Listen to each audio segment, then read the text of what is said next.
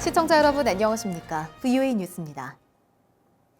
2차 미북 정상회담을 앞두고 도널드 트럼프 대통령이 베트남 현지 시간으로 오늘 하노이에 도착합니다.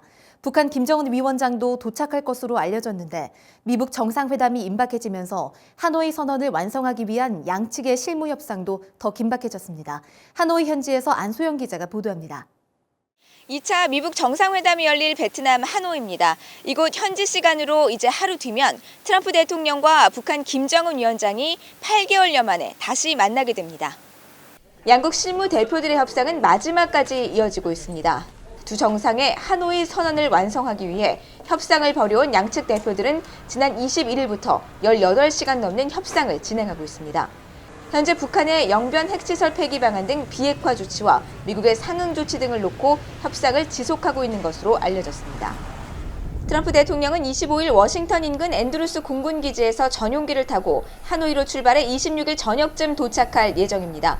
전용기에는 존 볼튼 국가안보보좌관 등 참모들이 동승했고 마이크 폼페이오 국무장관은 이보다 하루 앞서 하노이로 향했습니다. 27일 오전에는 베트남의 응우옌 푸총 국가주석, 응우옌 수원副총리와 회담할 예정입니다.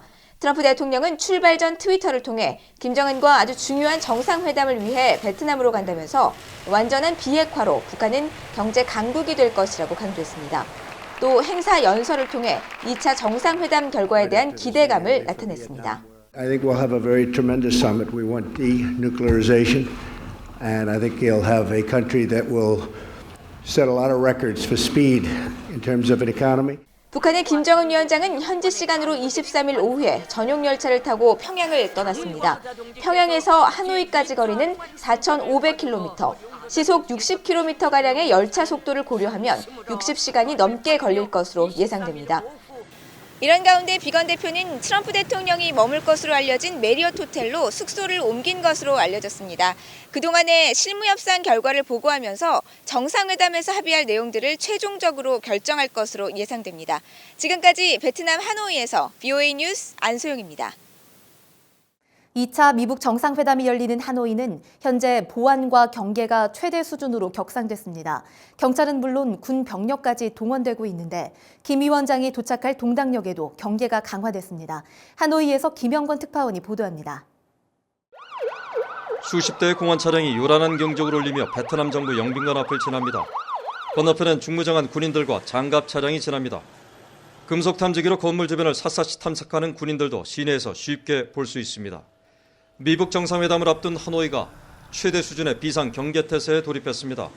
도널드 트럼프 대통령의 숙소를 이룩한 JW 메리어트 호텔을 비롯해 북한 김정은 위원장이 묵을 가능성이 큰 멜리아 호텔과 영빈관 주변은 양국에서 파견된 경호요원들이 바쁜 움직임을 보였습니다.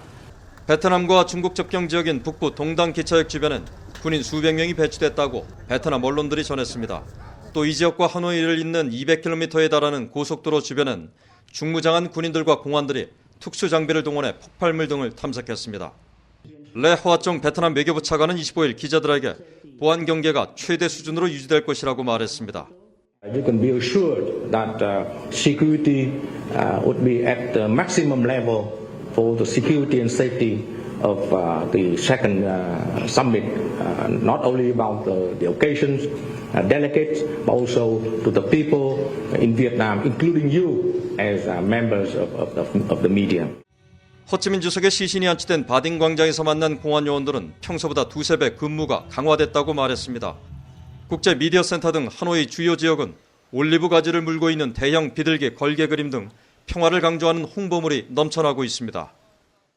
베트남 정부는 이번 정상회담을 통해 하노이를 평화롭고 안전한 관광 도시로 전 세계에 적극 홍보하겠다는 계산입니다. 하지만 이번 미북 정상회담의 최대 목표인 비핵화를 강조하는 베트남 정부 관리나 매체를 찾아보긴 힘듭니다. 하노이에서 VOA 뉴스 김영권입니다. 2차 미북 정상회담은 북한이 정말로 비핵화에 진지한지 판가름하는 기회가 될 것이라고 미국 내 한반도 전문가들이 지적했습니다. 북한이 미국과 합의하는 내용에 따라 김정은 위원장의 진짜 의도를 가늠할 수 있다는 분석입니다. 박승혁 기자입니다. 워싱턴 DC 조지타운대에서 핵무기와 한반도를 주제로 열린 토론회에서 스콧 스나이더 미 외교협회 선임연구원은 북한이 일부 핵시설 폐쇄와 국제 검증 등 미국의 요구에 동의한다면 김정은 위원장의 비핵화 의지가 어느 정도인지 파악할 수 있을 것이라고 지적했습니다. What we need to see from Kim Jong-un in order to know that this is a different playbook is reciprocity.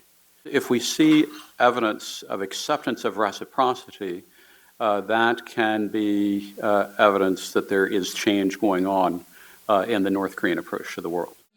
스나이더 연구원은 이어 북한은 스스로를 국제 규범에 적용받지 않는 아웃사이더로 규정하면서 그동안 미국과의 관계에서 제대로 상응 조치를 취한 적이 없었다면서 이번에 북한의 태도 변화가 있어야 비핵화 본심도 알 수 있다고 강조했습니다.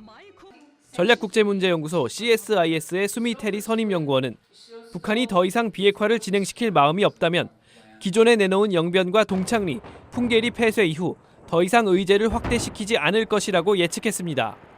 추가적인 비핵화 조치를 논하기보다 트럼프 대통령의 남은 임기 동안 시간을 끌며 제재 완화를 노릴 것이란 분석입니다.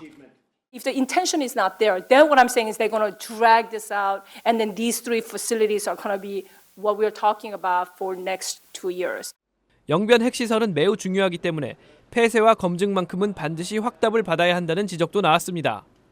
There's a new uranium enrichment plant there, and they may even produce tritium for hydrogen bombs there.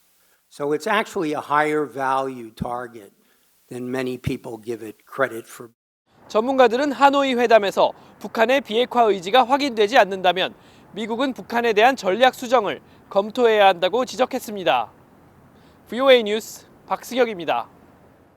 제네바 유엔 본부에서 열린 군축회의 고위급 회기에서 안토니오 구테우스 유엔 사무총장은 2차 미북 정상회담에서 한반도 비핵화를 위한 구체적 합의가 이뤄지길 기대한다고 밝혔습니다.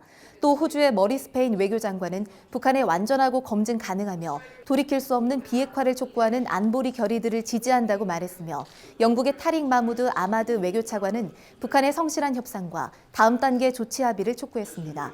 반면 북한의 한대성 대사는 미북 협상의 진전 부족을 북한 탓으로 돌리는 것은 부당하며 제재는 대화와 양립할 수 없다고 주장했습니다.